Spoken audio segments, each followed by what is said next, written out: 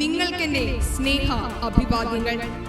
നാം ഏവരും വളരെയധികം ഗൗരവത്തോടെ മനസ്സിലാക്കുകയും ഉൾക്കൊള്ളുകയും ചെയ്യേണ്ടുന്ന സുപ്രധാനമായ ഒരു വിഷയത്തെ പുരസ്കരിച്ചാണ് ഇന്ന് ഞാൻ സംസാരിക്കുന്നത്.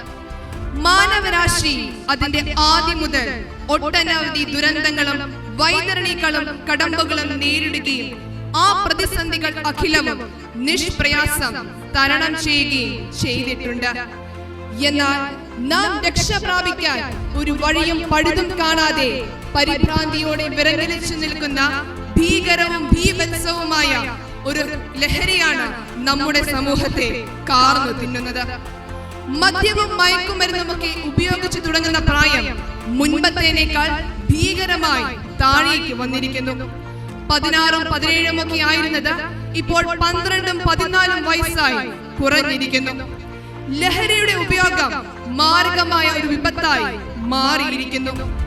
ലഹരി മരുന്നിനുള്ള അടിമത്തം വ്യക്തിക്കും കുടുംബത്തിനും മാത്രമല്ല നാശനഷ്ടങ്ങൾ വരുത്തി വെക്കുന്നത്, മറിച്ച് സമൂഹത്തിന്റെ ആരോഗ്യവും സാമ്പത്തിക സാംസ്കാരിക സുസ്ഥിരതയും അത് നശിപ്പിക്കുന്നു. തുടക്കത്തിൽ രസത്തിനും കൗതുകത്തിനും ഉപയോഗിക്കുന്ന ലഹരി മരുന്നുകൾ കവർന്നെടുക്കുന്നതും തകർത്തെറിയുന്നതും ജീവിതത്തിന്റെ സർവ്വവർണ്ണങ്ങളെയും അഭിലാഷങ്ങളെയുമാണ്. ദൈവത്തിന്റെ സ്വന്തം നാട് എന്ന് വിളംബരം ചെയ്ത വർത്തമാനകാല കേരളത്തിന്റെ കൗമാരവും യൗവനവും ലഹരി എന്ന ചെകുത്താന്റെ കരാള കരങ്ങളിൽപ്പെട്ട് നട്ടം തിരിയുന്നു.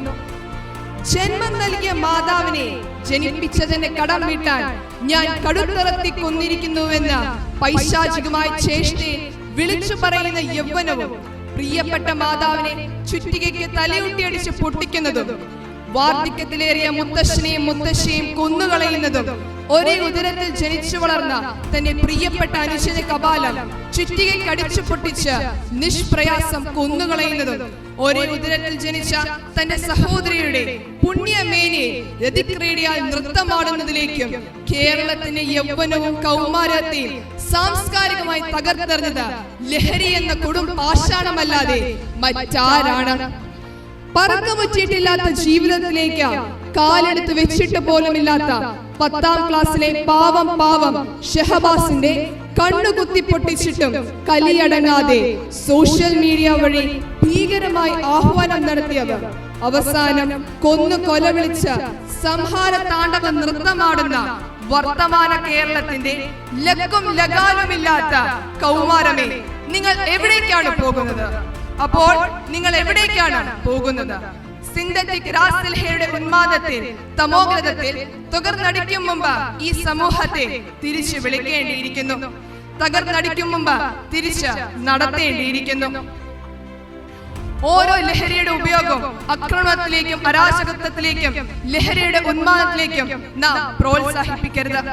അത്തരം സാഹിത്യങ്ങളിലെ സൈക്കോപാത്തുകളായ ലഹരിയുടെ രാസരീതിയെ അഭിരമിക്കുന്ന അരാജതത്വങ്ങൾക്ക് നടുനായകത്വം വഹിക്കുന്ന നായകന്മാരിൽ നിന്നും നമ്മുടെ മക്കളെ മാറ്റി നിർത്തണം.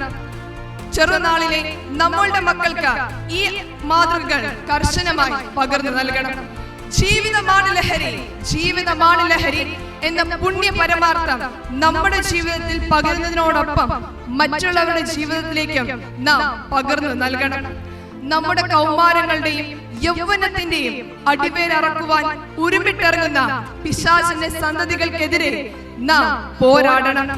അത്തരം നരേന്ദ്രന്മാർക്ക് 200 ഗ്രാം ചിക്കനും 300 ഗ്രാം മട്ടനും വെച്ച് കൊടുക്കുന്നതിന് പകരം വേണ്ടി വന്നാൽ നടു റോട്ടിൽ പട്ടട ഒരുക്കുക. അതാണ് നമ്മുടെ സമൂഹത്തിന്റെ നിലനിൽപ്പിന് അഭികാമ്യമായിട്ടുള്ളത്. ലഹരി വിമുക്ത നവകേരളം പുനഃസൃഷ്ടിക്കാൻ നമുക്ക് ഓരോരുത്തർക്കും ഒത്തൊരുമയോടെ പ്രവർത്തിക്കാം, പ്രാർത്ഥിക്കാം, പരിശ്രമിക്കാം. നല്ലൊരു നാളേക്കായി നമുക്ക് ഏവർക്കും കാത്തിരിക്കാം. നന്ദി, നമസ്കാരം, ജയ് ഹിന്ദ്.